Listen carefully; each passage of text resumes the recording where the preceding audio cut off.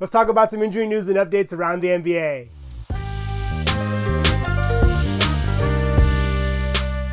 First up, CJ McCullum. CJ McCullum suffered a collapsed lung for the second time in 2 years. The first one happened in 2021 when he was with the Blazers.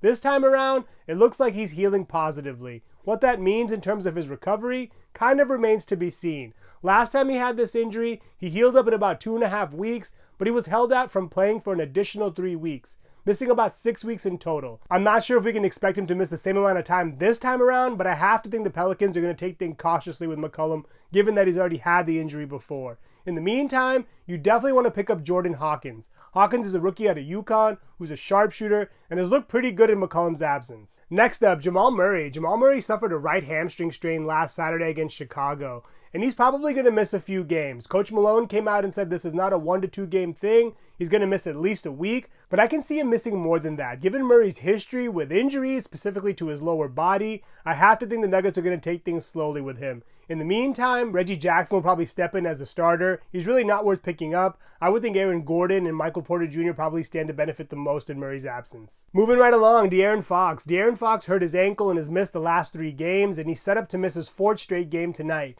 The Kings have lost all 3 games without him, and they really seem to be missing him. Both Sabonis and Keegan Murray have not stepped up in his absence, so I have to think the Kings are going to try to get Fox back into the lineup sooner rather than later. In his absence, Davion Mitchell's been getting the start, and he has been very streamable, so if you're looking for a guard that should give you good defensive stats, he's definitely someone to target. Next up, Walker Kessler. Kessler suffered a left elbow sprain in the season opener and has been playing through it. The Jazz finally decided to shut him down. He'll be reevaluated in the next 2 weeks. In the meantime, Kelly Olynyk should be the person who benefits the most from Kessler's absence. If you're looking for a big, he's definitely someone to target as well.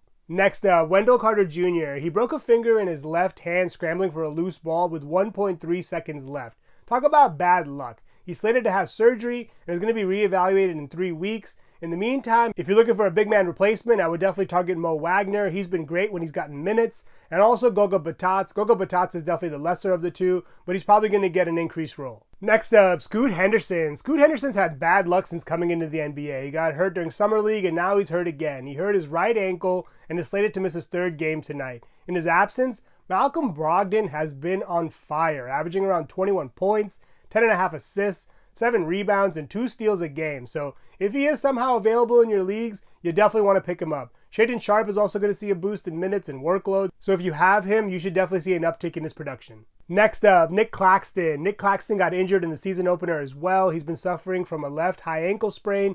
He just got assigned to the Nets affiliate G League team, which is a great sign for his recovery. My assumption is that he'll probably play a few games of the G League to get his feet underneath him, and then he'll get called up. The Nets really don't have another center besides Ben Simmons and Dorian Finney-Smith, so they're definitely going to try to get Claxton back as soon as they can. Next up, Terry Rozier. Rozier suffered a groin strain in the 4th quarter against the Pacers last week and is slated to miss the next 2 games at the least. He'll be reevaluated at that point. Until then, there'll be even more on the shoulders of LaMelo Ball, and I have to think Brandon Miller's going to get a few more shots as well. Next up, Robert Williams. Robert Williams just cannot catch a break. I feel so bad for this man. He suffered an injury against the Grizzlies last week, and it came out that he's going to need surgery. He has damage to his right kneecap. Apparently, there's both bone and ligament damage, so it's going to be interesting to see how this plays out. He might get a cleanup procedure, which could shorten his recovery window, but at the very least, he's slated to miss a big chunk of time. At this point, you can definitely drop him. DeAndre Ayton's role should grow even more. He's going to get all the minutes he can handle, and he'll be curious to see if he can actually do something with it.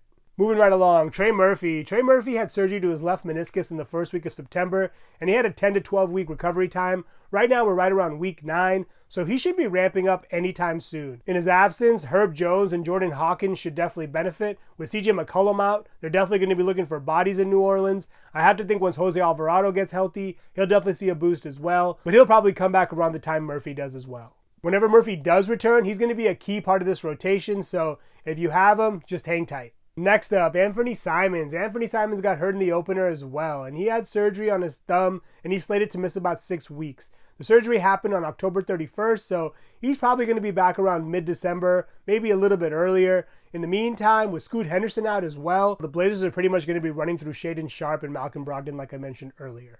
Lastly, Bojan Bogdanovic. Bojan Bogdanovic is suffering from a right calf strain, and he was supposed to have a 4-week recovery time around the end of October, so he should be returning around the end of November, maybe early December, but even if he does come back, he's probably going to be seeing a lesser role. Last year he had a career high in points scored in a couple other categories, but with the Pistons pretty much fully healthy now and working towards more of a youth movement, I can see Bogdanović going back to more of a reserve role. That's some injury news and updates around the NBA. Thank you so much for watching. Please subscribe and let me know how these updates affect your fantasy team in the comments below.